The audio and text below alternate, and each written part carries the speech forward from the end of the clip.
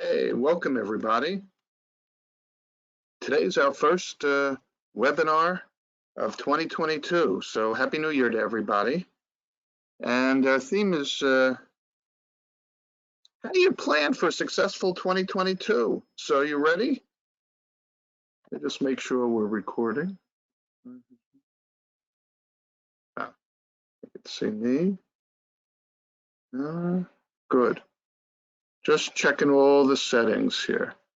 All right, let's begin.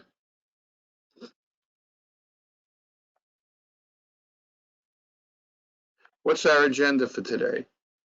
We're going to talk about pacing the year, preparing for objections, the power of a challenge prospect, your forward-looking metrics, and mindset preparation. I think that's enough for a 15-20 minute webinar. What do you think? So it was the first sales meeting of the year. This is actually last year. CEO was worried. Sales were off. Salesperson said, "Relax, boss. It's only January 15th. Plenty of time to catch up." Is there? Let me tell you, the CEO was worried. Isn't it usually true that the longer you wait, the harder it gets? It's better to be ahead of budget at this time of the year. Now, you know what happens when we fall behind. We try to catch up, but we usually drop dead.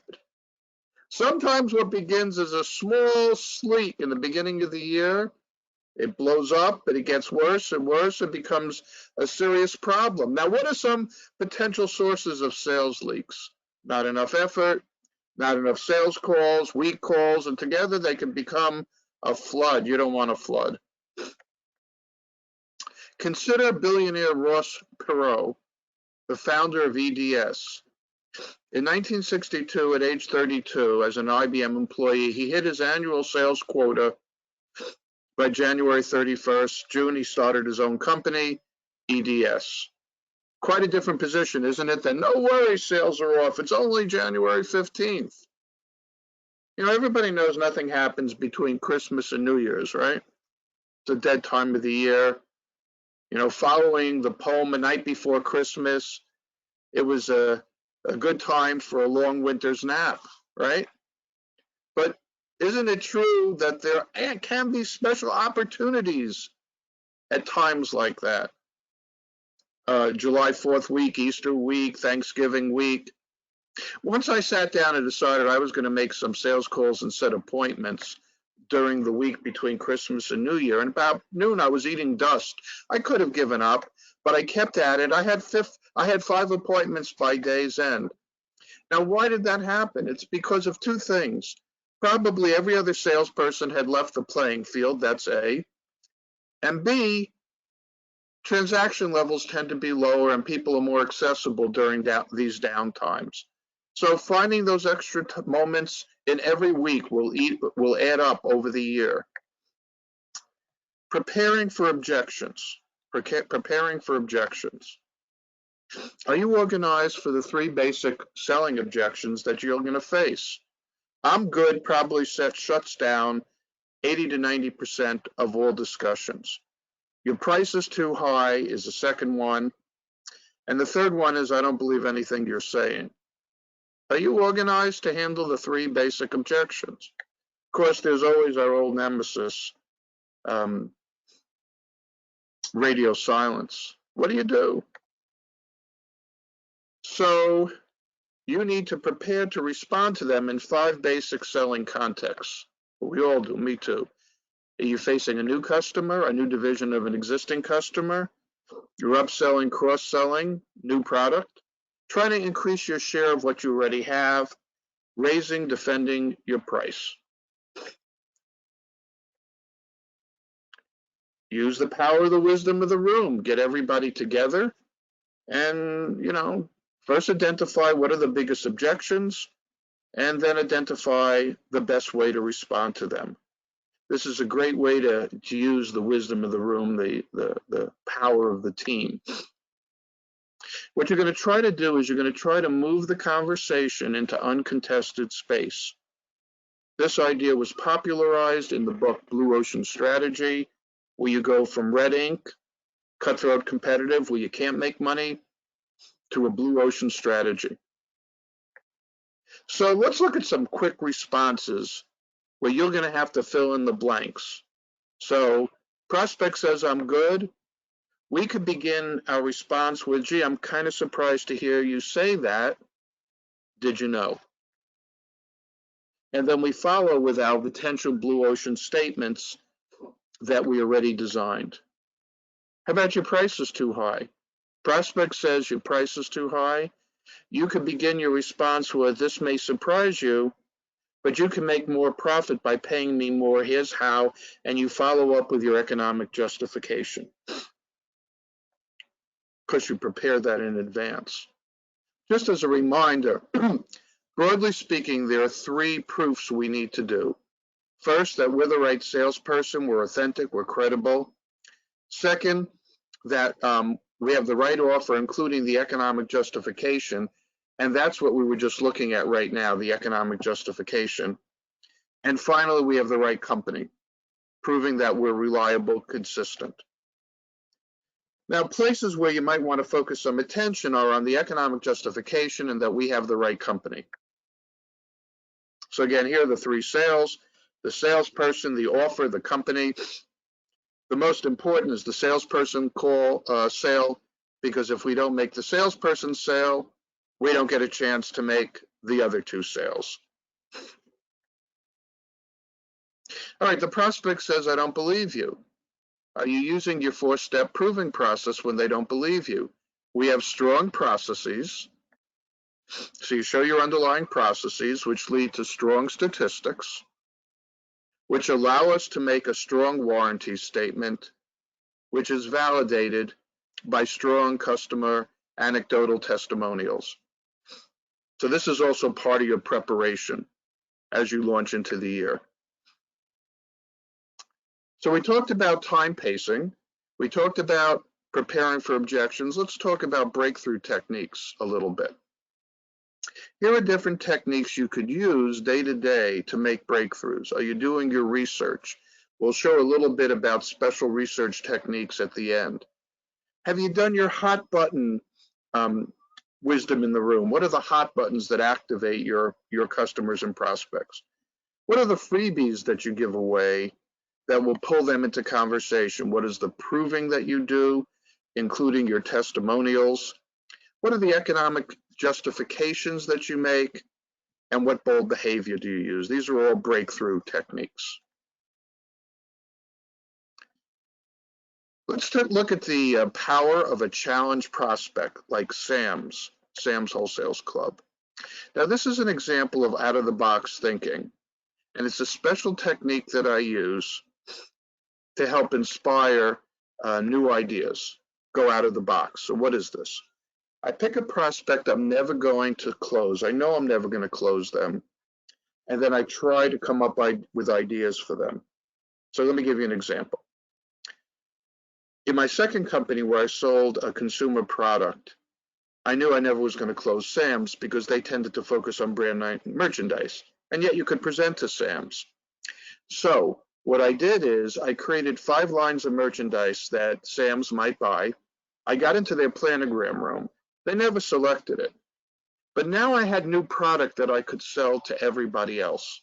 So this is a technique. It's a creativity or brainstorming technique. I never would have designed those 5 new lines if my only focus was on selling my existing customers. It's because I wanted to close Sam's that I went out of the box. So that's the third idea, using out of the box thinking, the prospect I'm never going to close. What are your forward-looking metrics? You may have heard the story of how Alan Mulally saved Ford Motor Company from going bankrupt at the time that GM and Chrysler went bankrupt through the KPI system. So they had their forward-looking KPIs and they used the color coding. Green, no problem. Yellow, maybe we have a problem, we have a plan. And red, no clue. So in another time, I'll tell that story, but we've adapted it now to the program. So what are your forward-looking metrics? And, Are you doing them on a do or die basis? And here's an example of putting on a spreadsheet how an entire team is doing, and the greens teach the reds. This is, again, power of the wisdom of the room exercise.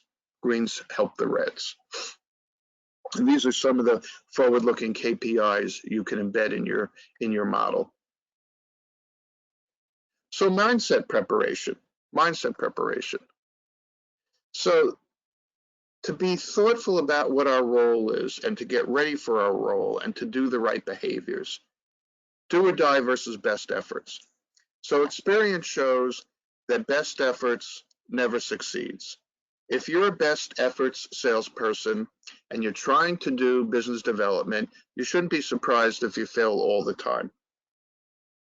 Earning the right to each step of the process. It's absolutely essential we earn the right. This is another reason why salespeople don't succeed, is implicitly or explicitly they act like they have something coming to you.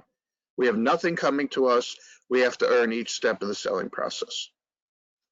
We have to be business sellers as well as social sellers, overcoming the tyranny of the or. More on that in a moment. We have to master uncertainty. The key to being a good business developer is mastering uncertainty and combining humility with bold behavior. Let's look at a couple of these. And resolving conflict, often first creating the conflict. And by the way, that's going to be the whole subject of our webinar next month, is creating and managing conflict. So when you put all these together, when you focus on these techniques of mindset, it helps us become a trusted advisor. What you see on the screen is a metaphor for a scenario where the competition is the trusted advisor and we're not, and we're trying to come in on a single transaction, and it's really hard to do that. So without these techniques, it's like we're kicking the ball upfield, and what we need to do is we need to level the playing field. And the kind of techniques we're talking about will help you level the playing field so you could win the business by becoming a trusted advisor.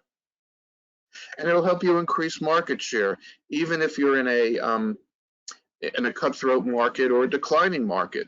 You know, my first market was actually a declining market.